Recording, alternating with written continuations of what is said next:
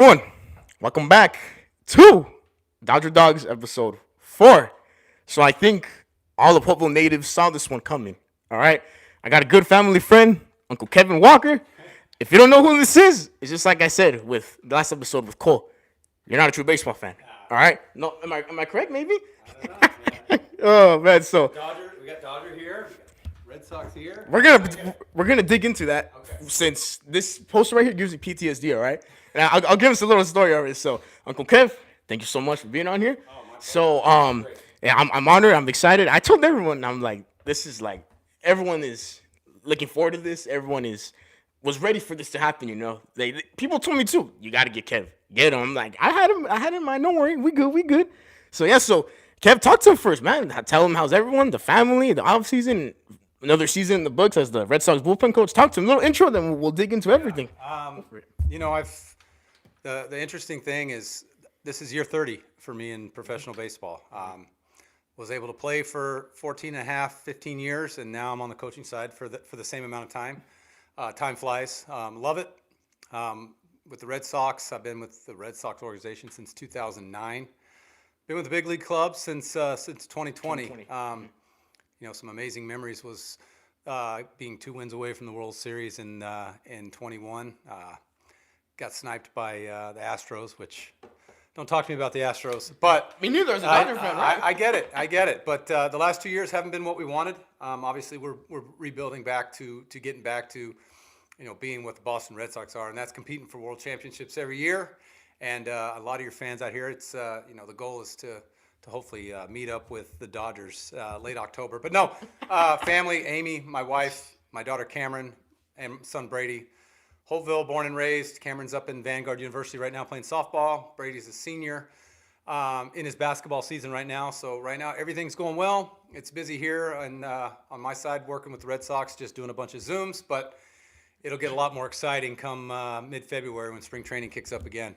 Awesome. Hey, he just took the floor, man. He had it. You had it, man. So good. All right, Kev, so check us out. So I told them before this I was going to do a little icebreaker. First thing I've ever done, right, with someone in person. So check us out, guys, too. This is history. First in-person podcast with not just a big league coach, but with the former big leaguer. So if y'all don't like applaud right now wherever you're watching, like, come on, guys, come on. Like, this is history right here. So I've known Kev for years and years. Yes, like, since I remember, I got a funny story actually real quick before I get to the icebreaker. Yeah. I remember growing up, I've always known Cameron Brady's dad was into baseball and all that. But it's funny because until I got into high school, that's when I really found out you were a minor league pitching coach. I was like, what? You know who told me too? My brother Donald. Okay. We were freshmen. I got good memory. Freshman year, Art, we're talking baseball and all that. And it just brought up. He's not showing out for anything. It just got brought up. I forgot how. Yeah, my Uncle Kevin is the AAA pitching coach for the Red Sox. I'm like, bro, quit it, man. Like, I knew he was in baseball. I'm like, no. There's like, are you serious? He's like, bro, look it up. I look it up. I do my research. Right there, Kevin's all posed. AAA pitching coach, Kevin Walker. I'm like, what? That's awesome, man. That's awesome. And then, like he just said, he ends up getting promoted to the big leagues, which I congratulate him every year for that. So we'll get into that in a bit, though. So let's get to the icebreaker first, all right? So check us out, guys. So I'm going to give Kev a good memory right here. So this ball, I got some few autographs on it, all right?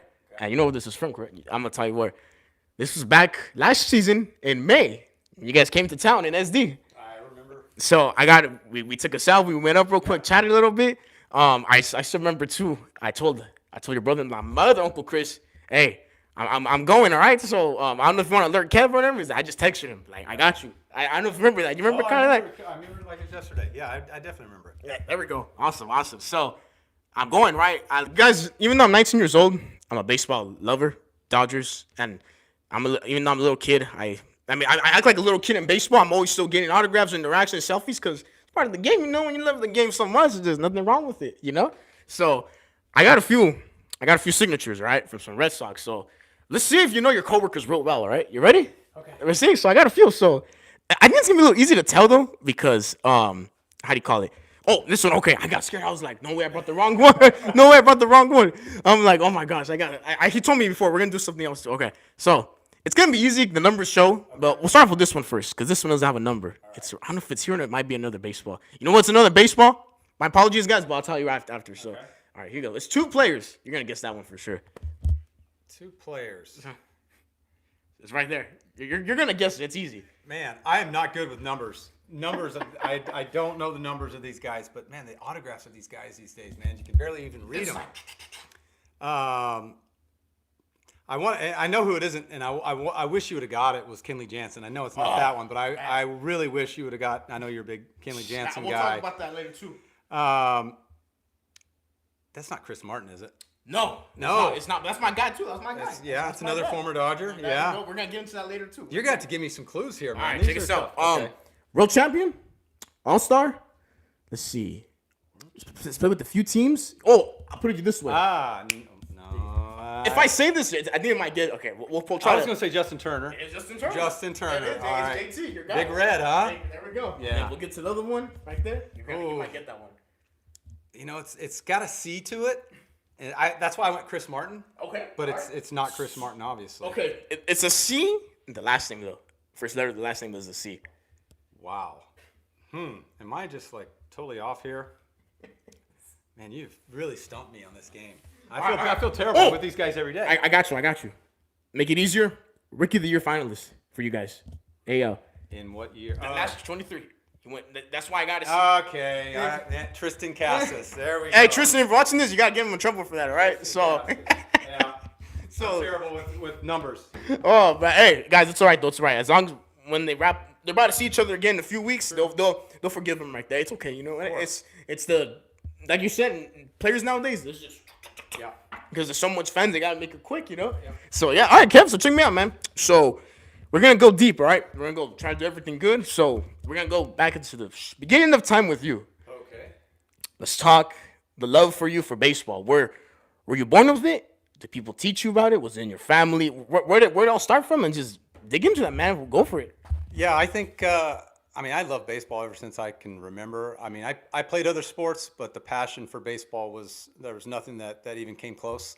My brother's 4 years older than me, and I hung out with his friends who were older, and we just played wiffle ball, and we just played backyard baseball, and I got into baseball. My dad coached me all the way up to high school, and I loved it. And I mean, I can vividly remember this ever since I was 5 or 6 years old, and we always get those things in school about writing a paper about what you want to do when you grow up. And I remember every time was be a professional baseball player. That's all I ever thought I was going to do and all I ever wanted to do. And I was fortunate to do it. But there's definitely a lot of bumps in the road. I mean, I was in high school and was fortunate enough to get drafted and then go to pro ball, which when you go to pro ball, it's not everything you think it is. It's not glamorous. It's not the big leagues. Exactly. You're making no money. You're playing in front of nobody.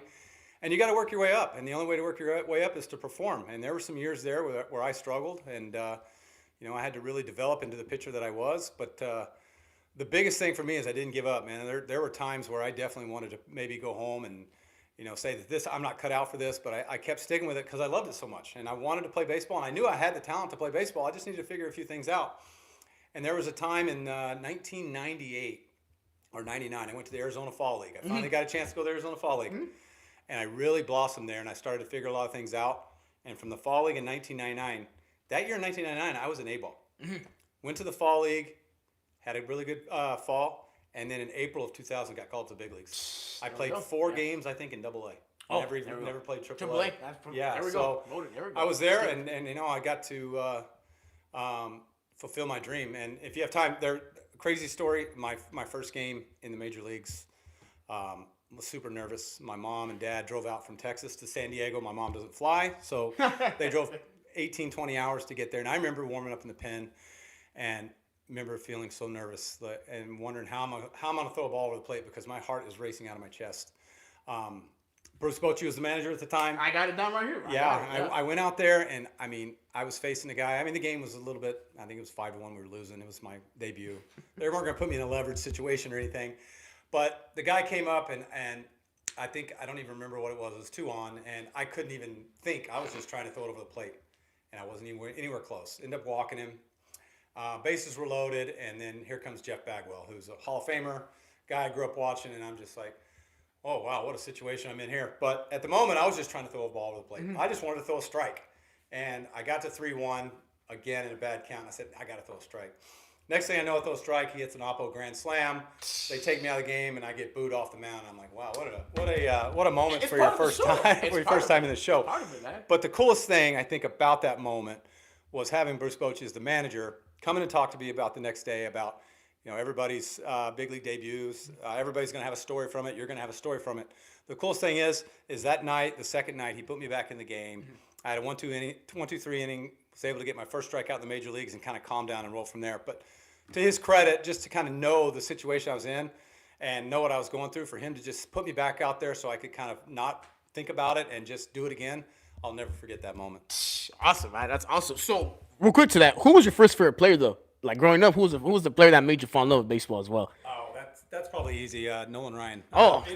Texas. Yep, Texas natives. Nolan Ryan was everybody's favorite pitcher. Yep, there we go. That's awesome, man. How about this, too, though? So, real quick, we're back to high school, right? You get drafted.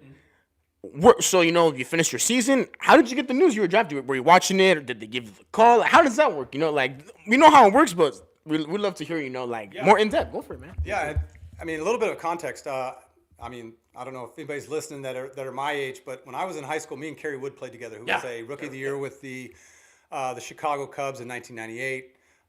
Fantastic pitcher. Ended up probably cutting his career a little short with injuries, but he was an amazing pitcher. And we played on the same high school team together. And I was a guy that was left-handed through about 86, so I wasn't really lighting up scouts at the time, but Kerry Wood was a number one pick those years. So the scouts back in the day would come watch him, and if we'd have a doubleheader, I'd be pitching the second game or whatever. So I got to be seen just from him, and it started to, scouts started to see him, then they started to see me, and I was throwing really well, so they kept coming and seeing me. And it was different back in those days. It wasn't, these big things where on MLB Network they show the draft. It was you followed it in the paper, and but you really didn't know until the scout or the team that drafted you called you. And I really had no idea where I was going. My intention was to go to TCU. I signed to go to TCU and play baseball. I wasn't thinking about getting drafted, but they called me and said they picked me up in the 6th round. And that's from there, I was like, hey, let's go play ball. That's awesome. No, because the 6th round too, it's not even that how do you say it? It's a high pick, man. 6th round, 6th round, 145th pick. I know. That's good. Come on, that's good. This ain't no past 10th, 20th. This is 6th, top 10. Yeah. People don't think that's a flex, man. That's a flex, man. Honestly. So that's awesome, man. That's a great story, man. Awesome. So check us out too. I think people also would love to hear this too, because some people don't know about this story. I know about this story, but I would love to hear more about it. I'm gonna go to the story how you met Amy. It's a beautiful story, guys. It's awesome. This is kind of like a story you'll see in a movie type, sports movie. So you go for it, man. We know what it is, but I want him to just break it down, all that stuff. So yeah, I was a rookie in the big leagues at 23 years old. And Amy, who was 18 or 19 at the time, was playing softball at Point Loma Nazarene, which is down there in San Diego as well. But during the summer, their coaches was able to hook them up with some ball girl positions with the Padres. So they would be on the lines, down there on the lines by the bullpens in the old Jack Murphy. And, if there's a foul ball down the line, they would go down and get it or whatever. But the cool thing about their jobs was in between innings, they would throw with the outfielders to get them warmed up. So she would throw with Ricky Henderson or whoever was in the outfield, which is really cool. But, kind of meeting her through that system. And at the time, I played with Phil Nevin. Yeah. And she was actually a babysitter for Phil Nevin for years. Oh, yeah. Yeah, so we kind of met through there. But it was kind of a cool thing that we met on the baseball field. She was playing softball. I was playing baseball. It kind of happened organically. But, the love of the game and, the passion for what we have for softball, baseball, we've passed it down to our kids. But, it's kind of a cool story that we actually met on the field at Jack Murphy or Qualcomm, whatever one you want to call it. There we go. Yeah, no, that's awesome, man. That's a beautiful story, man. Who would imagine that, Like big leaguer with the ball girl, man, that's awesome, man. This is the thing though. Who said hi first? Was it you? Was it her? Who was it? That's a good question. I mean, we've been married 21 years now, so it's my memory's starting to kind of. No, but I saw her, and obviously, she was a beautiful girl, and I was interested in softball. But the first thing we became friends, and I was going out and watching her play her games and stuff like that. And really, our relationship started with a long friendship. Yeah, because we really both enjoyed what we did, and we were interested in each other's careers. Yeah, that's awesome. That's awesome, man. Check us out, guys, and then. From their family, so check us out. It's a funny baseball family. They got three teams. You got the ones that go for the Red Sox. You got the others that go for the Giants. And you got the other that goes for the Dodgers. Yeah. Like, isn't that like crazy? It's crazy, huh? Like, there's a bunch of trash talking that type, huh? Oh, a bunch of trash talking, especially between the kids. It's funny. Check this out. I have a little fun one. Who talks the most trash out of everyone? Who is it? Who sucks? Is it my Uncle Chris? Is it Chris? No. The thing about Chris, I mean, his teams have backed it up, especially in the last 10 years. I mean, he's a big Dodger fan. He's a big Steeler fan. What have they done for the last decade? They've won. I mean, the Dodgers every year for how long have won the West? I mean, it's been, and they've been in the playoffs every year. So, you can back when you can talk it when you can back it up. So, I kind of keep quiet until there's times that I can talk. No, that's good, man. That's awesome, and that's the beauty of sports, man. It just comes. It's trash talk, but with love, Yeah. Trash talk with love, but that's awesome. There's my other brother-in-law, CJ. Yep, exactly. Growing up, come on, man. He talked trash all the time to me. Well, he had that great run with the Giants. Those 3 exactly 5 years. So between 10, 12, and 14, no one could talk to that guy because that team was the best. Exactly. I respect the Giants. I respect them in the sense because I grew up with watching a lot of those guys. I used to love the rivalry. The Dodgers and Giants. I loved it. It was awesome. Like, I mean, just watching those games too. It's like, all right, it's gonna be a good game.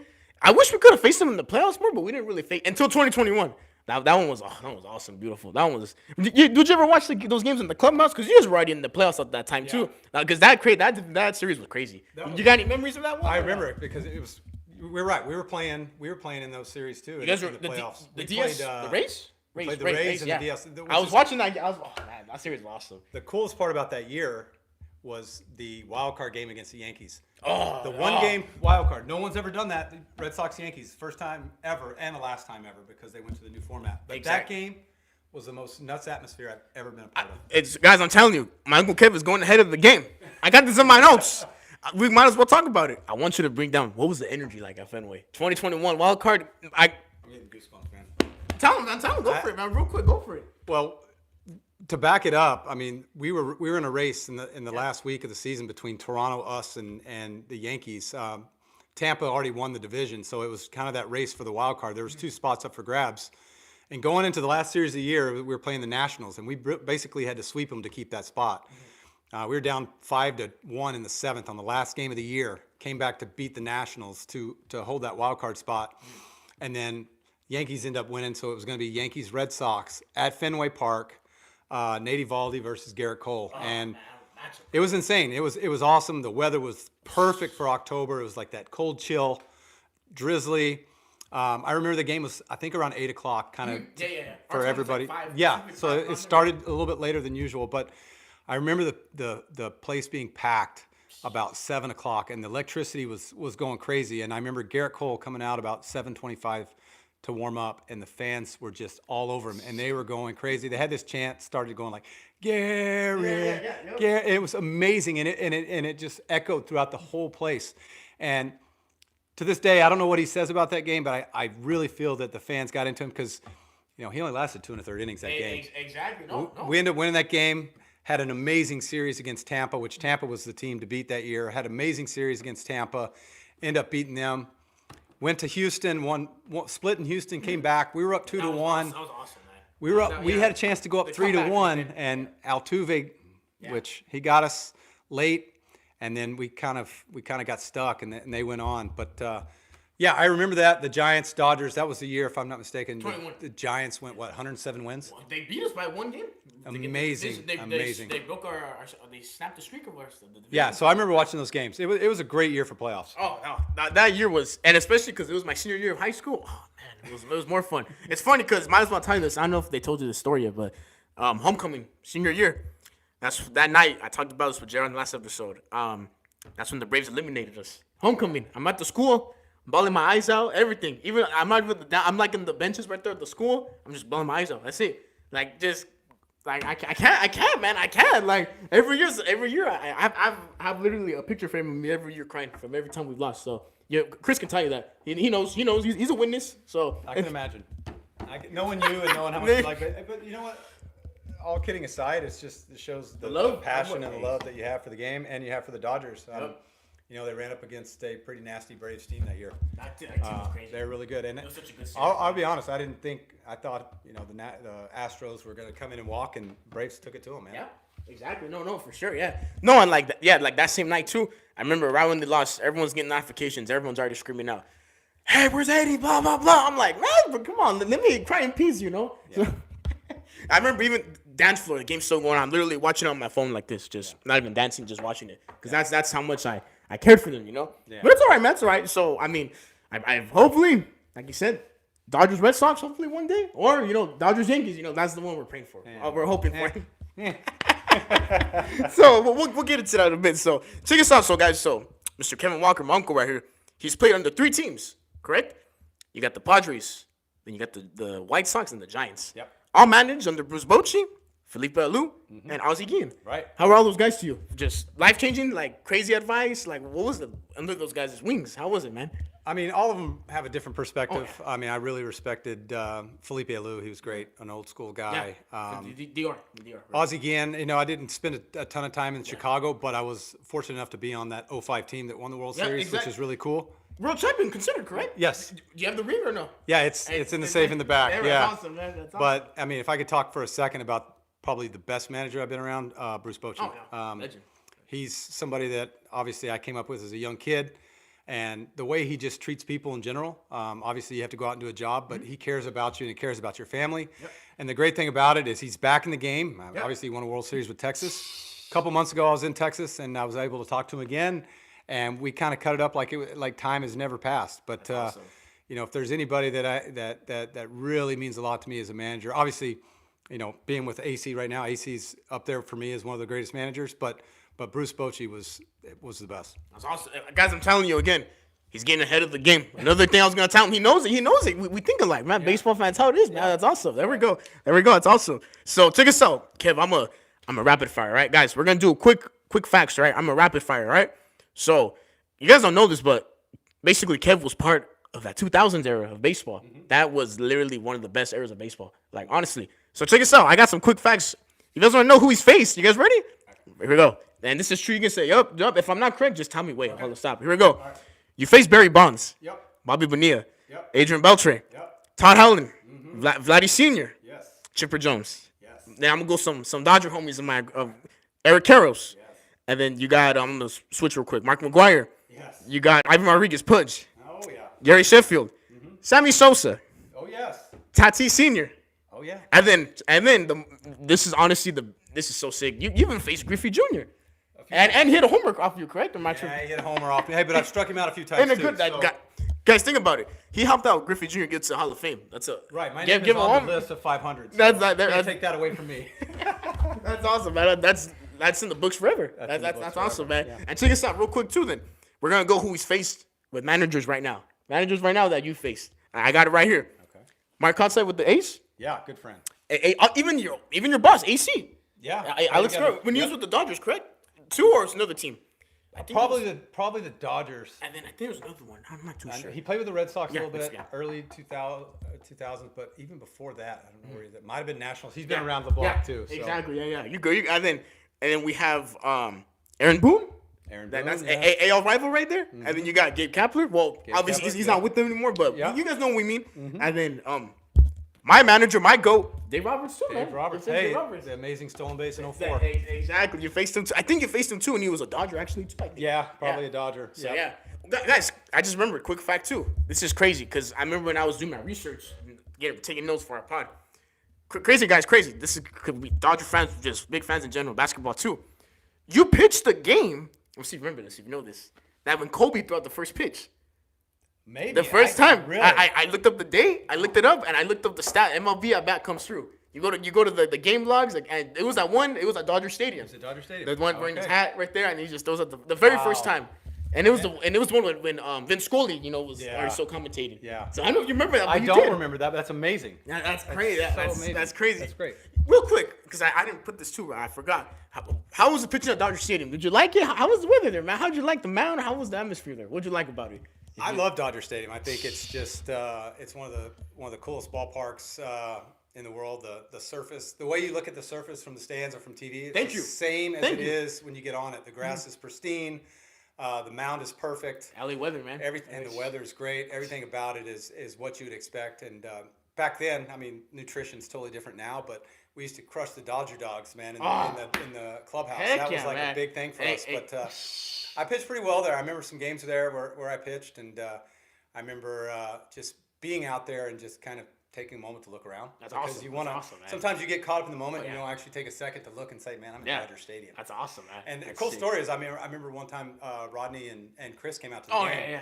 So after the game, I brought them out to the field. We walked right through the center field out to the buses because I know they're huge Dodger fans, and I wanted to give them an opportunity to go out and go step on Dodger Stadium. It was super cool. Heck yeah, that's awesome, man. That's beautiful, man. That's awesome, man. That's like I told y'all we were gonna go over good things around. Yeah. He's doing it, man. He's doing it. So and take us. All right, transition again, real quick. Similar. We're gonna go over even teammates that you played with, right? Ready? So you even got to be teammates with Barry Bonds when you were a Giant, correct? Yes. You were a Giant. That's awesome, man. Actually, we had a pretty good relationship when I was there, and obviously it wasn't the longest lived, but we've had some battles in the past, being pitcher hitter, but being on on a team with in my opinion, the greatest baseball player of all time.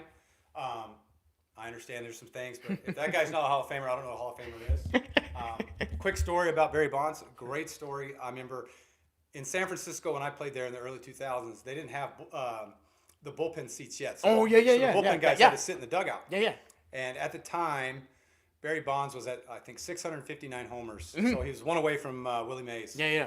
And I remember him walking down in between innings, and I can't remember who was pitching, but he was walking down, grabbing his bat, and he saw the guy warming up, and he kind of turned his head to us and goes, "First pitch, I'm going to hit 660 in the water." And he went up there, first pitch, hit 660. And it's a true story. I was there. He said it, and I could not believe it. That's just how superhuman he was. That's awesome, man. That's crazy, man. That's like, I'm telling you guys, 2000s era. That's awesome. And then here we go. Even Tony Gwynn and Trevor Hoffman, teammates with them as well. Yeah. And then you have, of course, Phil Nevin, former manager as well, and like good friend of you. Yep. And then even Ricky Henderson. Ricky Henderson. I mean, that's a guy crazy, that I watched when I was a kid. Exactly. And then you gotta. I was playing with him when I was 20, young 20. That's like every player's dream right there. Early to mid 40s. Yeah, exactly. Already the veteran. And what's cool about that year is at the end of his career, I was there to see him break a ton of records. He broke the walk record. He broke the runs record in the Padre uniforms. But just goes to show you when you play 25 years and you're as talented as he was. But yeah, to say I played with Ricky Henderson, it's kind of. No, that's awesome, man. That's beautiful, man. All right, so check this out. Then we're gonna shift to some players I grew up watching childhood that he's been teammates with. You even got Jake Peavy. Jake Peavy, your teammate. Yeah, I grew up watching him. I respect him. We came up in the minor leagues together. Yeah. Good buddies. Yeah, exactly. Yeah, there we go. I don't even remember this guy. I remember this guy when he was with the D-backs. Oliver Perez. Pitcher, lefty. I played the minor leagues with Oliver Perez, too. Exactly. I remember watching him just facing us again when he was the D-backs, Nationals, that era. But yeah, that's awesome, man. And then, of course, you're actually teammates with this guy when you were with the Giants and the White Sox, the man himself, AJ Prinziski. Catch it. That's awesome, man. And then now he's an analyst now, I think, or a reporter for Fox Sports, I believe. Yeah. I think something like that, yeah.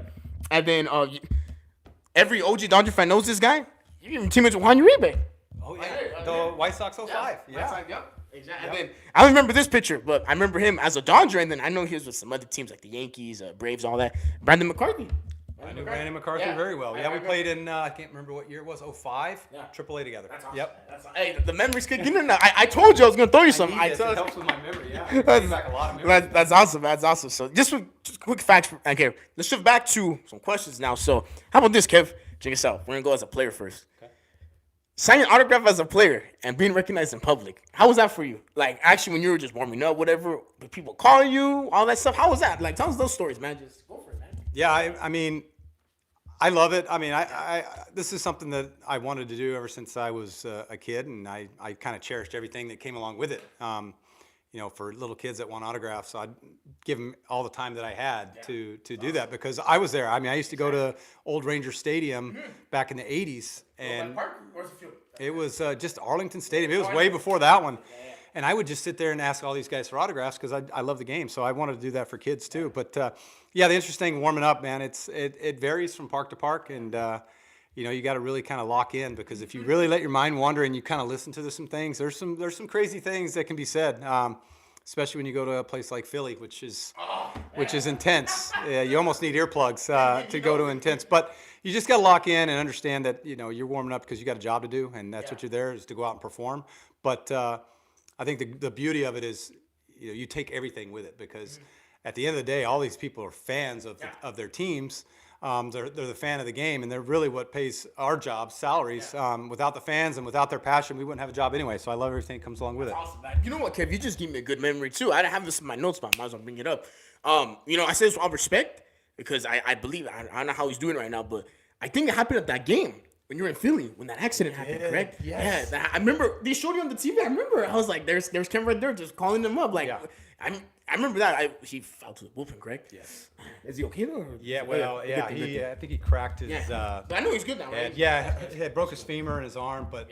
At the moment, I thought it was life-threatening, and it was scary. It was a shock. I mean, it traumatized our both. Because you just see right there. It's like, man, but good thing everything's good though. He's good. I remember seeing him on the TV. I'm like, oh, that's Kevin right there. Kevin's already he's doing the calling. That's good, man. He knows what's up, man. No, because you don't see those things are rare to see. That's why. So that's why it's like it's just life, life threatening, like you said. The crazy thing was it was one of the. I think somebody from the Philly bullpen throwing the guy a ball just to kind of give him a ball. Reached over and tripped over and fell. There we go, Unfortunate, but like he said, he's good. He's okay. That's awesome, man. There we go. That's awesome. That's good, man. That's good. So check this out. All right, so we're gonna transition now. So, you're playing, right? You obviously retire as a player, and you get the opportunity to get your first job as a coach, coaching in the minors.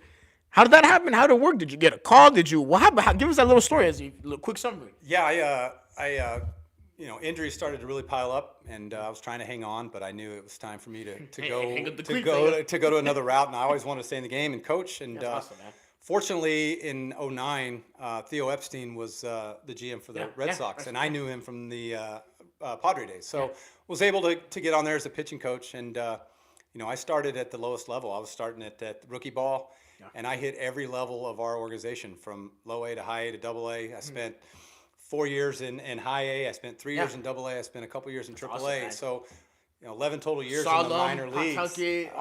Portland. But the beautiful thing about those days and what I will cherish forever is my kids were young at that time. Thanks. And they got to stay with me throughout the whole season. And those are the memories that I have the best. I mean, obviously now they're older and they have their own things. They don't get to come out as much, but I'll never forget those days as being a minor league pitching coach because we were together all the time. That's awesome, man. That's awesome, man. Guys, check us out too. Even though he was coaching the minors, you got to see the development of you already know how I'm gonna say, right? You already know how I'm gonna say. Yeah, you've seen the development of you've seen the development of Mookie, Jackie Bradley Jr., Andrew Benintendi, the big three outfield at that time, and then Bogaerts, Devers. Like, how was it seeing those guys? Got good memories of them? What was it like with those guys, man?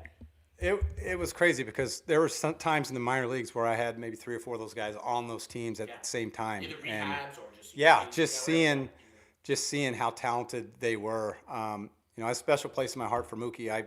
I've known Mookie ever since we drafted him as a young, skinny kid. I knew he was going to be good. I think 2013 we won the championship in A-ball. Mookie was on our team. And he led the way. That's when I kind of knew that this guy's different. He raked. He could play everywhere. He's shortstop, second, whatever you wanted to do. That's when I really knew that this guy was on a different level, and he never stopped. Then he just flew through the minors and was in the big leagues. But we had a run there of really, really good position players. And the great thing about those guys, the Xanders, the Mookies, when we go into cities, man, we come out and talk to each other. They ask about my kids. Xander took photos with my kids when we go there. So. Yeah. It's the relationships that I built with them more than anything. Obviously, I love them as players, and they're great athletes, but the relationships are more important. That's awesome, man. That's beautiful, man. Then, obviously, of course, goes into that. So, even in your coaching career in the minor system, you got to see, the big league Red Sox win 2 championships. Yep. You got 2013, and then you got this one that gives me PTSD right here because obviously it was against, like this team right here. So, that year gave me PTSD. I got a good memory. I remember, me and Chris. You already know Chris, man. It's a Friday night light. He still brings up the TV right there to the snack bar at a Friday night light game. Right there, we're just watching it right there, just chanting it up, watching it, like not even caring about it. We're not even caring about how loud we are. Everything. We're just right there, man. Just. And do you remember watching those games too? Even though you were like still, were you already still in the minor leagues, or was it already off season? That's awesome, man. That's awesome. That's good. And the one game I remember, obviously you remember too, is the 18-inning game. Red Sox. It was that game. It was the one Chris brought up the TV. Yeah. Red Sox lost that game on a Muncy homer against Eovaldi. Eovaldi went six and a third innings out of the bullpen. It was crazy.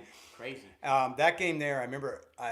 If I'm not saying, I'm saying this right. I remember AC telling the team. I wasn't there, but the stories have gone on. But AC he felt really good after that game. You know, he felt like his bullpen was back, but he's also like, it took him 18 innings to beat us. We're in a good spot. Yeah. And that was kind of the message to the team. The team was pumped up. They had no worries about that game.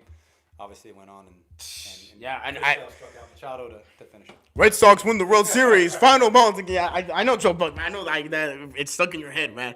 Guys, I respect it, man. I respect it. I mean, that's like because even though you're not coaching that level, you're still part of that system, man. Yeah. You're still part of it. So it's a beauty to see those things happen, man. That's awesome, man. So and I know for sure you were probably giving Chris a good hard time during that time, or No, I understood. During those times, it was like, hey, I'll see you after the World Series. You watch it at your place, I watch it at my place because I know how it would go. And, yeah. Obviously he's totally invested in the Dodgers, and I'm totally invested in the Red Sox. But we're baseball fans. We love the game. But at that moment, hey, we'll talk when it's over. There we go, man. That's awesome. That's awesome. There we go, man. No, I still remember too like that game. The one that first made me like just bawl my eyes out was when you remember when JD hit the homer off of Kershaw. That's when I knew right away. It was like, yeah, I think that just broke me. Yeah. And I'm like, I remember I went crying in my grandma's room and I was just bawling my eyes out, man. I was a freshman in high school, guys. Come on, man. Like, give me a pass, please. The crazy thing about that series, and no one probably remembers it, is Steve Pearce was the MVP. I'm sorry, I take that out for you. That guy gives me PTSD. I can't stand that guy. I can't stand him. I respect him, childhood player. I've grown up. My Red Sox buddies that told you about, they know me by that. I can't stand him, dude. He gave me PTSD. I respect him as a player.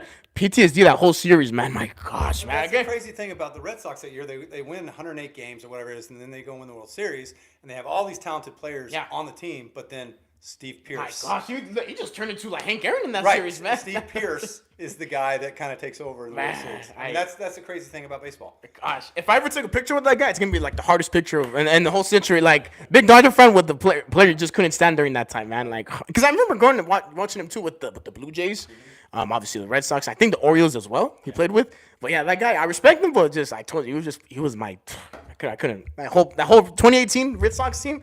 He was the one that just broke my heart, man, the most. So, have you met Steve Pearce? I'm pretty sure you have, right? Yeah, the crazy thing about 18 was we had a really young, good pitcher in 18 and in AAA named Jalen Beeks. He was a really good starter, a guy that we really liked. But at the time, there was a piece missing in the big leagues. Dave Dombrowski trades Jalen Beeks for Steve Pearce. Yeah. And at the moment, you didn't know what kind of piece he fit into. But, when it's all said and done, little pieces like that can kind of put the puzzle together and get you where you want to go. That's awesome, man. No, I respect that. That's awesome, man. So check us something. So we're gonna transition, correct? To, Kevin gets another dream come true. Also, he unretires. He goes back to the big leagues, but not as a player. He goes as a coach. So I remember hearing this. I was happy. That's awesome. That's beautiful. So I want you to break it down for us. In 2020, so you become the assistant pitching coach. Under Ron Renick's wing. Because obviously Cora was not because the stuff, the story, and let us know about that. What happened? Guys, it's great. Check us out, too. He was actually, when he got hired, technically, he was a part, Mookie was still on the team before the trade happened. So, I still remember that trade. Cam, my sister, if you're watching this, much love. I remember I made fun of her at school. I feel so bad. When we got Dave Price was on the team, too, still. Right. DP, too. I remember at school, everyone was hyped up, all that. I found out the news, too. Like, everyone knows about this. Growing in high school, I was a nap taker. When I go home, I take naps. Yeah. I took a nap. I woke up to my phone just, like, what's going on, man? Dodgers acquired Mookie and DP. I'm like, what? Like, what? A guy that crushed my dream, my high school dreams, is a dog. That's all. And a player I grew up in my childhood watching. Like, I thought that was awesome, man. So, yeah, bring it back real quick. 2020, were you just relaxing at home, chilling, or was it already in the works? You were going to become a big league coach? How did that work, man? Yeah, and I got the job in probably October, November of 19. Nice. Yeah. So I get to spring training. It's all going good. We're working. And then I think early February, somewhere around there, COVID hits. Yeah. And I mean, once it hit, the next day we were all gone. Yeah. So we were gone. We were sitting at home trying to figure out what's going on. No one knew at the time. Everyone out there knows what was going on those times. So basically sat at home until I think it was June. And then we had kind of like a mini spring training. It was 3 weeks. Everyone was going we went to Fenway. And we were having a mini spring training ramp up for 3 weeks to have a 60-game season. So it was super weird. Masks. We were having every meeting was Zoomed. We couldn't be around the players. It was super weird. And it was a 60-game season, and it was kind of weird. Everyone knows about COVID, but my first taste of the big leagues was weird because there was no fans. It was really weird. Sure. Yeah, that's awesome, man. So yes, to go back to that real quick. So who broke the news to you? Hey, we're gonna hire you as assistant pitching coach. Who was it at that time, or was it I'm subtracting. Yeah, did you know? Remember? No, was it GM? it was AC actually at the time. The AC was. Hey, did he tell you like, hey, we need someone? He's like, we want you. Or how did that work, man? No, we were going. He was AAA pitching coach at the time. Right. They, another guy that was in our organization, they hired Dave Bush to be the pitching coach. But AC was telling me, hey, I still want you on the staff. I want you to be the assistant pitching coach. So I was hired, I think, the next day after that. And then, obviously all the stuff happened, and then Ron Renicky took over. Yeah. But, I just wanted to be a part of the team. I don't have any ego. I just, it's as a dream was to play in the major leagues, but a coach was the same thing. It's to play in the major leagues. I worked my way up, cut my teeth in the minor leagues for 11 years as a coach as well. I just want to go out there and help. And, at the end of the day, it's, do everything I can to maximize the potential of each pitcher, and hopefully we have success and get to the playoffs. And once you get to the playoffs, who knows what's going to happen? Yeah, that's all. There we go, man. And then check us out, guys. Again, OG Dodger fans, that those couple years when Kev was assistant pitcher, those couple years, 2020 and 21, you got to work alongside with Dodgers' former hitting coach, Tim Hyers. Mm-hmm. Tim Hyers, how's Tim? How was he to you, man? Like, would he ever just tell the guys too, like, the stuff he told the Dodgers, or how's Tim Hyers, man? How was he? Because I remember growing up with him. So no, Timmy was great. I knew Timmy for a long time because he used to be a hitting coordinator with the Red Sox in the minor leagues, and then he went over to the Dodgers, and then he came back with us as the big league hitting coach. For me, he's probably, maybe I'm a little biased, but he's probably one of the best hitting coaches there is in baseball because he keeps it simple, because he builds relationships with players, and the biggest thing for him is, if I need to get something out of a player, I need to know that player, I'm invested in that player. And he's the best at investing in players and showing them that he cares. But he's also really good at simplifying information and trying to get the best out of each player. And he's been successful everywhere he's gone. And then he jumps to the Rangers, and you saw what they did. No, I called it. I'm like, okay, honestly, like, I'm going senior year. Seager's a free agent. I'm calling it right. Like, I'm like the only one that probably knows this. Like, Seager will go to the Rangers because of Tim Hyers. I know that. Because, that was because Seager's rookie of the year when he won it in 2016, Tim Hyers was part of that. Yeah. And he was the hitting coach for the Rangers. I'm like, I bet you if anything, he'll go to the Rangers because that'll be part of it. And it's true, if you're going to a big award like that, and whoever's your coach, you want to go back with that coach, because they teach you the big things, the secrets and all that, man. Yep. And that's crazy, man. So, I miss Tim, but, I mean, hey, it is, and like you said, won World Series, man. So I know. I bet you guys are jealous now of him, huh? You get some.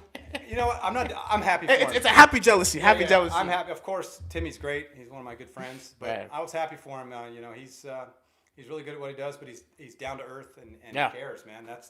Those things resonate awesome. with me. That's awesome, man. That's awesome. So, all right, guys, and fast forward, 2021, he gets promoted again, but to the bullpen coach. How did that work, man? Tell us, man. How was that process? And give it to us, man. AC just, he wanted me to go down to the pen, which I loved it. I mean, I was a bullpen guy. I pitched in the bullpen. I kind of understand the feelings and what goes on down in the bullpen. I really thought that'd be an area that I could help out. And, I love it. I love preparing guys for games. I love kind of those moments when maybe a starter's pitching really well that we can kind of chill and have a little fun. I love those times too. But I also like, helping these guys get ready. I like the mental side of being a reliever. Being a reliever is a tough job. You've got to come out every day and pitch, and if you don't do well, you may be called on the next day. You got to have a short memory. All these things that I did when I was a pitcher, I felt like it would translate really well as a coach, and I really found a home then being a bullpen coach. That's awesome, man. That's great, man. That's awesome. And how about this? This is a little fun one too.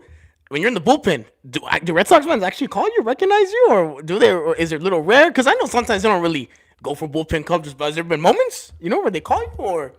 In terms of fans, just know in the bullpen, like they be like, hey, Kev, right? Yeah, every once in a while, I'll get some. Usually, it's family or friends. that are coming around. If it's random Red Sox fans, it's the true OG ones, maybe. It's amazing how, and with Dodger fans that even though somebody you don't know, they know you because they're so invested in the team. And the Red Sox do a really good job with just us getting out in the community and meeting people. And these fans, you see them everywhere because they're dedicated to the Red Sox. So you build relationships with them too. Thank you, man.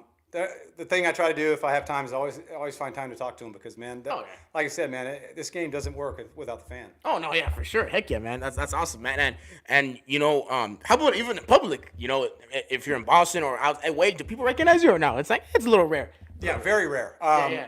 Only times that they won't recognize me, but really good friends with AC now, Cora. Oh, yeah. We go out to dinner a lot. Oh, yeah, of course. Cora recognized, yes. Oh, I'm of just course. being a part, but No, Cora, yeah. yes, he's Thank you, for sure. he's beloved in Boston, so I'm recognized in the aura of Cora, if you could say it. That's awesome, man. That's sick, man. And so check us out. So ever since that, bullpen coach, you got to work with all-star relievers. The years you've been the bullpen coach, they've become all-stars. You already know who I'm gonna say. You already know who.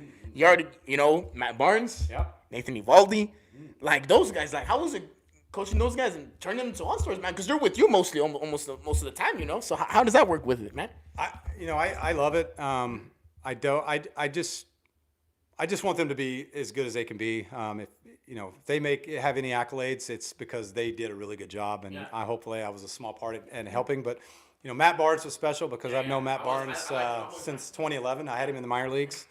A guy, and this is kind of moving forward now because we had some guys that pitched really well last year, was Chris Martin. Yeah. Having Chris Martin in the bullpen and the year that he had, if he wasn't the best eighth inning pitcher in baseball, I don't know who was. But I had a lot of history with Martin because he signed with us in the minor leagues he came and just went to a draft for us, went out and he was not even pitching. Yeah. He came out for just, hey, see what you got, and we signed him, and he went on and had a career. So to come back with him was great. But then, last year was kind of the first time that I've really had a Hall of Famer possibly in the bullpen. So that was really cool with Jansen, just to be down there with a guy with that kind of stature. So I love it. I mean, we had some good guys in there, and hopefully we can have some more stuff. Hey, there we go. Guys, again, he's gonna laugh ahead of the game. I was about to ask him how was it working with Kenley, man? No, and what's it called? How was it with Kenley, man? Would he tell you what our pitching like? Have you ever met our pitching coaches, Mark Pryor? Have you ever met him or no? No, we played in the same era. Yeah, same era. Yeah. But I met, yeah. So that's our goats right there too. And then I feel like a most legendary picture would be him and our bullpen coach Josh Bard. That would be one day we'll get that. One day, maybe. So yeah, man. So that's awesome, man, for sure. That's great. And then because you kind of said it, you even got to coach former Dodgers. You got to coach, obviously Kiké, Doogie, JT, Kenley. You get all these guys. How's that, man? Do they tell you guys what the Dodgers taught them? How you guys could flex it out? How does that work, Will? How do you guys cope with that? What's funny is the Dodgers Red Sox had a lot of trades lately. I mean, you think about it; those teams kind of go back and forth. You think we had JD Martinez. JD goes to the. Another guy that you're even missing there was Connor Wong. Oh, the Mookie trade. Exactly. Prospect, yeah. No, but just seeing some of these guys come over, especially the JTs and the Kikés, is obviously we won the 18 World Series, but they bring over a standard of excellence of winning every year and winning for 10 years and what it takes. Oh yeah. What they did really well, especially with Kiké and JT, is they did a great job of building a culture within the energy, team. and the JT, hands down the best leader I think I've seen, and he was only with us for 1 year, but what he brought to the table. Obviously, he had a good year at the plate. Yeah. But what he brought to the table off the field is immeasurable. Oh no, yeah, no. That's what us Dodger fans we witnessed that too. He was the leader. The speeches, the veteran leadership, the tips, all that.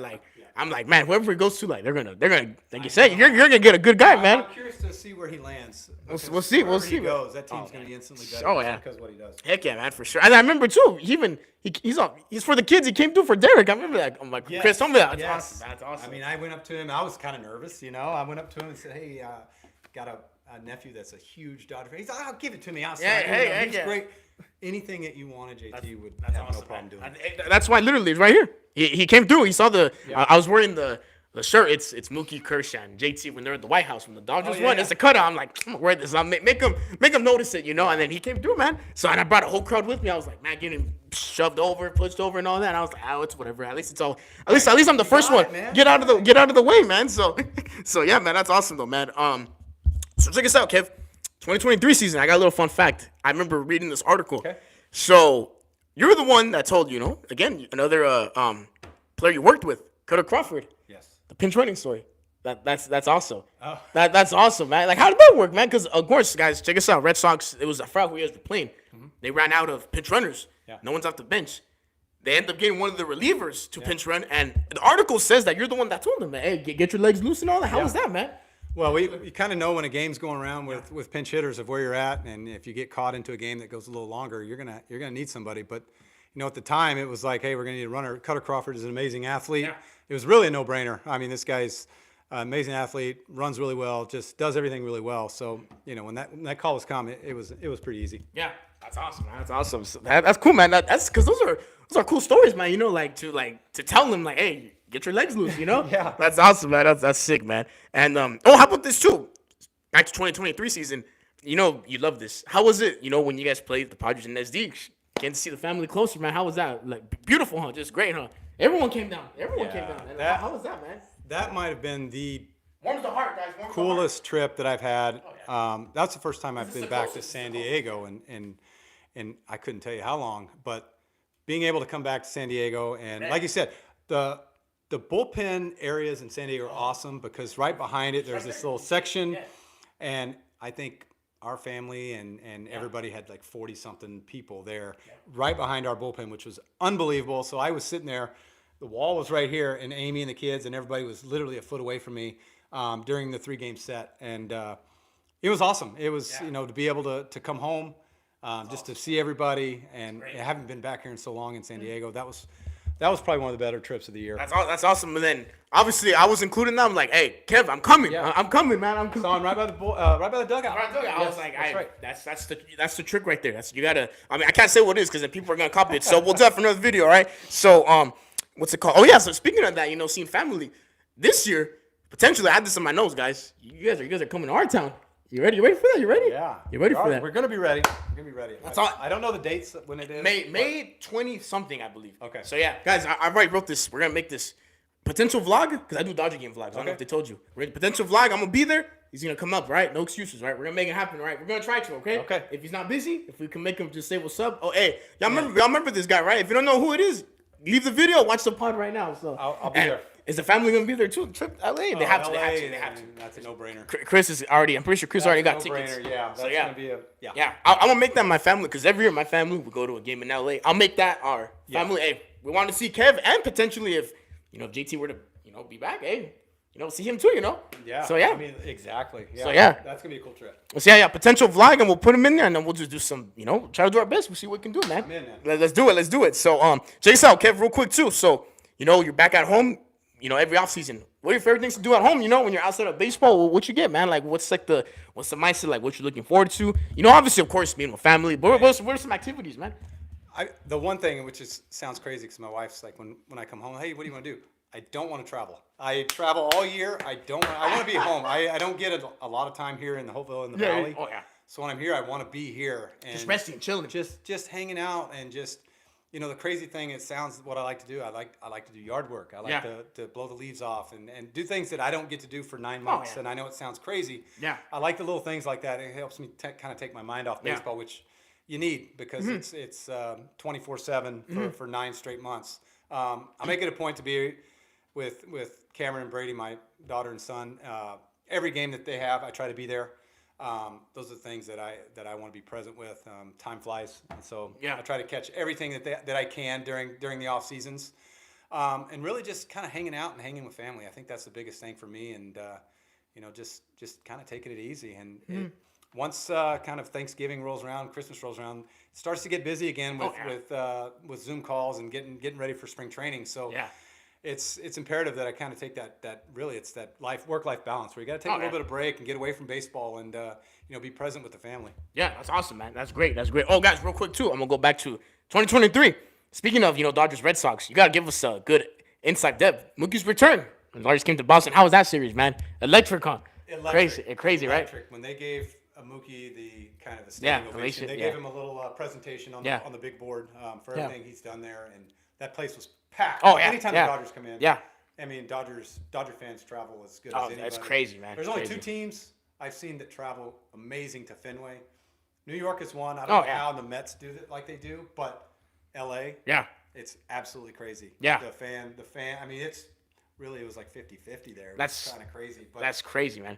The Mookie thing, it was kind of something everyone kind of knew was coming. It was coming because Mookie was such a fan favorite in Boston. But that weekend was unbelievable. That's awesome. And guys, check me out. We had this plan, right? Yeah.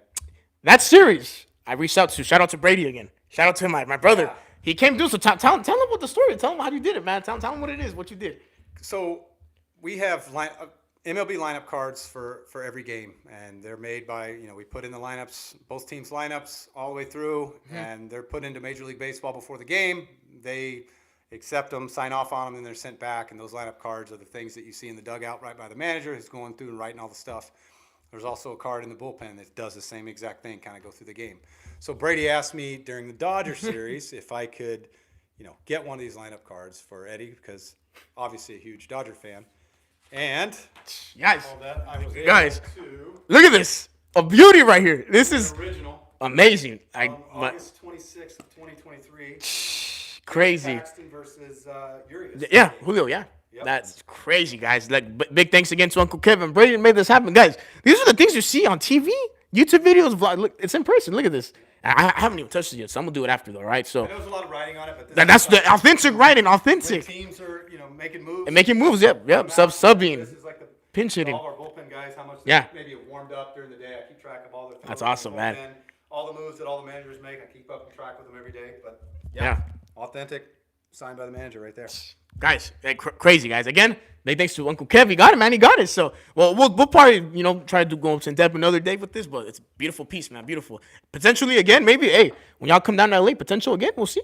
We'll see, man. We'll see. So yeah, check us out, Kev. I love this tip, too. I remember another article. You're going to love this. I did my research, right? You gave this to your pitchers. The ABC note. ABC. Always be confident. Tell him that, man. How is it? How do you cope that with your guys, man? In 21, I started a thing where every year I would put a big sign right there in Fenway, which we have really small bullpens. So they're cramped. I mean, that stadium's 100-something years old, and nothing's really changed. I mean, it's crazy, but it's like the ABCs of life, and you kind of take it into pitching too. Is no matter what you do, man, you always got to be confident. So I just keep that up there with them. And then daily, I try to put up a little motivational sign for something that may resonate with some guy. Some guy it might not work for. Some guy, he may take it and may help him out. But the biggest one is, and something I put up every year, is you always got to be confident. That's amazing. No, because again, once whatever you are, that's gonna be you. If you're positive things happen. If you're negative things happen. I always got to be confident, man. Always. Like that's just like. It's not hard, man. It's free to be positive, man. It's free. Isn't it? It's I mean, if I could get a lot of people to have your kind of energy and attitude, man, we'd be winning. We'd be winning all the time. Winning ball games, baby. Because energy and attitude are free. I mean, you don't have to work for them. You can just bring them every day. Yeah. Those are things that you can control. And that's the things that we try to instill as players. Yeah, you got to go out and you got to compete, but you got to control your controllables too, where you can go out and have good energy, you have a good attitude. That's a foundation piece that you got to bring every day. He took the floor again, guys. He knows, man. He's a big good coach for a reason. He knows the secrets, man. So come on, let's go, man. So yeah, check us out, Kev. Check us out too. So as we conclude here, I want to talk about the off-season treatment. Because guys, you guys are probably thinking, remember, the off-season is just vacation. Heck no. Of course it is. You're chilling, resting with your fam, but there's still meetings. Phone calls, Zoom calls, the plans, expectations for 2024 for their team. Tell us about it, man. Whatever you could tell us, how's that going? What's how's that going? The calls, having calls with almost every pitcher, because those are the guys you work with. Yep. Tell us, man, whatever you can, man. Like I said, it probably starts in November, where we start kind of settling in and figuring out things for 2024. Another thing we like to do is we like to make visits to players personally, because we think that it's awesome to show investment to players when you show up to them. And we do that. I went out to Florida, met some guys, went out to Charlotte, went to a convention there. And then now we're doing player plan Zooms. What we're trying to do this year with pitchers is we're trying to meet with every pitcher via Zoom to kind of go over, their strengths and weaknesses, the way we see them. You guys just got Giolito too. We just got Giolito too. We just had a player plan with him about a week ago. And, we're going through all these. But in doing those player plans, we've got to really build out the player plan. So the kind of the work before that is getting with our group of analysts, getting with our coaches, and kind of building out a player plan for each guy. But then there's also other meetings, with AC on things that he wants in spring training, how he wants to do certain things. And then I'm leaving for Boston next week. We got meetings all week in Boston. That's how it is, man. Then we have winter weekend. Oh yeah. And which will be fun. It'll be kind of a break, but it doesn't stop. The behind the scenes is preparing for 2024. So when we hit spring training, we're only hitting the ground running. Yeah. But it doesn't stop. And then when I get back from Boston, I'll have a couple weeks. Here we go. And then it's game on. That's awesome. That's great, man. That's great. And you know what's crazy, Kev? I gotta keep this tradition real quick. Because I asked this to, again, guys, if you haven't watched it, get out again, please. Dave Roberts' son with Cole, asked him this question. I got to ask Kev this. You got to tell us where you were at, how you got the news with, you probably got a little feeling, when the Dodgers got Shohei. You got to tell us, man. You got to, since you're part of it, man, you got to say, what were you, if you remember, guys, again, right when it happened, I called Chris. I called him. And it's funny because I never call Chris like that. We just text. I texted him too. I called him. Okay. No, because we always just text, but I just called him out of nowhere. Like, I didn't tell him, hey, uncle, I'm gonna give you a call. It was, you're that hyped up. You just got to call right away. Tell us, man, how'd you do it, man? What were you doing? Well, obviously, I was probably doing what everybody else does and following the Twitter feeds on the Shohei sweepstakes. Waiting for passing about waiting. I didn't know who was going to be involved, but obviously, I knew Dodgers were going to be definitely involved with that. I think the contract was crazy. The deferrals of money were crazy. Y'all gotta stop being mad. You can do that. You can do it. You can do it. But here's the thing is if the Dodgers feel like they have the capital to do it and that they're going to make their team better, all the power to them. Respect right there. That's just how it is. He knows, man. But we're in this day and age, and I don't know if we'll ever see it again. To see a guy as talented as him on both sides of the ball. I mean, we could probably maybe go back to Babe Ruth, who hit and pitched, but he did not pitch like Shohei does. So it's a unique talent. It's a talent you may not ever see again. So kind of the bar or the contract of what he could get, there was no number because there's never been a guy like him. So it's understandable. I mean, he's an amazing athlete. I've seen him up close. Again, I hope we get to face him in the World Series. I'm hoping too one. Hopefully, man. So yeah, guys. I mean, that's how it is because it's a business, guys. It's business. You can do that, and I know it's gonna be exciting when you guys come down and watch him like that. Like it's gonna be. You should get ready too, man. Dodger Stadium energy. It's crazy, man. Can't even imagine. It's crazy. You're gonna love it. Even as a Red, you're gonna like it. It's like dang, like, and Red Sox fans should be there too. It's SoCal, Red SoCal. Well. Yeah. The SoCal Red Sox fans, they're there. Yep. They're there. So you're gonna love the energy. You're gonna love it. So even as a coach too, you gotta tell me this too. A good question I just remember. You've been since 2020. Please tell me, you know the lyrics to Dirty Water or no? Everything. I like hearing it. I don't know if I can tell you the lyrics. No, not lyrics, but it's just it's used to it. I love the sound of that last out and the music playing, which means I can take a breath and I can actually enjoy the. It's a sound of victory, It's a sound of victory. You know something I really like too about Fenway? I love your guys' Red Sox home run song. That song is fire. Oh, yeah. It's like the beat's like like that. That thing, it's good. It's good. They do an amazing job. It's awesome, man. It's great. If you ever get a chance to go out to Fenway, it's one of the most storied franchises. That's a dream right there. Bucket list right there. I'm lucky I get to work there every day. That's awesome, man. I already got this on my notes too, guys. Check us out. You're hearing this right now. When I go to Fenway one day, we're gonna do a vlog again with him. He's gonna be my tourist one day. He's gonna. I want him to. I'll be honored too. One day we're gonna do that. One day. That'd be awesome. Tour real quick. So yeah, like real quick tour. Everything. One day it's gonna happen, guys. I'm calling it right now. We'll make it happen one day, right? So yeah, and check us out, guys. As we conclude it though, there's one last tradition we gotta do. So I got the mascot right here, of the Dodger Dawg mascot right here. All right. So we forgot to do something though, guys. Last episode, if you have seen it with my good friend brother JR, he was supposed to sign it. Every in-person pod I do, you're going to sign the mascot. We forgot to do it, though. We were just having so much fun. But good thing I remember, though. So you guys can see it. Kev's going to be the first one to sign it for history, man. So, guys, again, it's the first pod in person with the former big leaguer and big leaguer coach. Like, guys, come on. Like, you got to do it. Hey, Kev, honestly, you might as well. You want to? There we go. You got it, man. That's all. And might as well, too. You want to sign the bullpen? Might as well, man. Go for it. Might as well. He right there. Go for it. Might as well. You gotta get used to your signings for 2024. When people ask you, you gotta get the practice in. So yeah, hey, check this out too. Speaking of signing, bro, one last question, guys. A little fun. When you signed the first contract, drafted by the Padres, what was the first purchase, man? Even though obviously, of course, your money was different back then, you can tell us though, man. Tell us, might as well. I remember I was driving around in an old beat up truck, and I remember the first thing I wanted to do was get some wheels. So I went and bought a 1995 Dodge Ram. It was off a showroom back in 1995, but. The crazy thing about it, my dad still has that truck at home. That's still awesome. has it running. That's couple awesome. 100,000 miles on it, but awesome. That was the first thing I needed is some wheels. That's awesome. Oh, how about that too, real quick?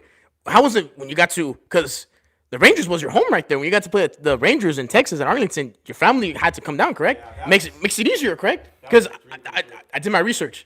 The high school you got dropped, Grand Prairie, is like 15 minutes away from the stadium. Yeah. That's awesome, man. That's right there. Yeah. So how was it being able to see your family then? Like, you said dream come true, right? It was crazy because I was pitching on a mound that I used to be in the outfield stands watching all these guys play. Now they're seeing you coach. And growing up watching Juan Gonzalez and Pudge and Rafael Palmeiro. Yeah. Facing them. That's awesome, which was nuts because you start to get a little starstruck Yeah. because you were a fan of them early in high school and now you're watching these guys. Now you're facing them. So Yeah. you got to separate it and get them out. That's all. I didn't know. And then when you started coaching, then when you were the coach there, you're with the Red Sox, you're going to Arlington right there, seeing your family there, and seeing you as a coach. Like that's beautiful. That's sick too, man. That's always the trip that gets circled. That kind of the Houston and the Rangers that my parents get to come out and see it. Yeah. And we get to kind of reunite. So it's cool. I know. And my other family, the Johnsons were there too, right? This year and last year and Arlington, correct? The Rangers. No, actually Donovan came out. This year. year. That's what I'm saying. Donovan they went to go see that in Texas with Maureen. Yeah, they flew out. That's and, awesome. Donovan was that's good great. to come out for a couple games. It's a beautiful stadium too. That's even though I'm not saying just because the Dodgers won there, but that's a bucket list. I heard it's beautiful. Another bucket list. Globe Life Field is amazing. Oh yeah, for sure. No, but guys, it breaks my heart to say this, but again, guys, because we got everything we got to talk about, Matt. So, Uncle Kev, appreciate you, sir. Man, that was awesome. I appreciate it, guys. This is again, guys, like I say this again, this is the practice for my major, communications, man. Oh, yeah. Hey, analysis broadcaster for baseball, God willing, we'll see, man. So yeah, this is the practice. Man, you got this right here. We got it, man. He knows. So yeah, guys, like I always say, you want to tell a quick message to the Dodger Dawgs viewers? To talk to him, man, real quick. Thanks for watching. This guy's amazing. I've known him. You'll never find a guy that's just as passionate and that loves baseball the way he does. It was a pleasure for me to be on, but I love being around people that just love the game of baseball like I do, and that are passionate about their teams as he is. And hopefully we get to do it again. Soon, we will. Soon, part two. So I appreciate you guys. Again, like, share, sub for more. And hopefully, man, we get more guys like him in the future. That's the part of this. That's the point of this pod. So, yeah, I appreciate y'all. Y'all take care. And we'll go for it from there. So, y'all know what's up.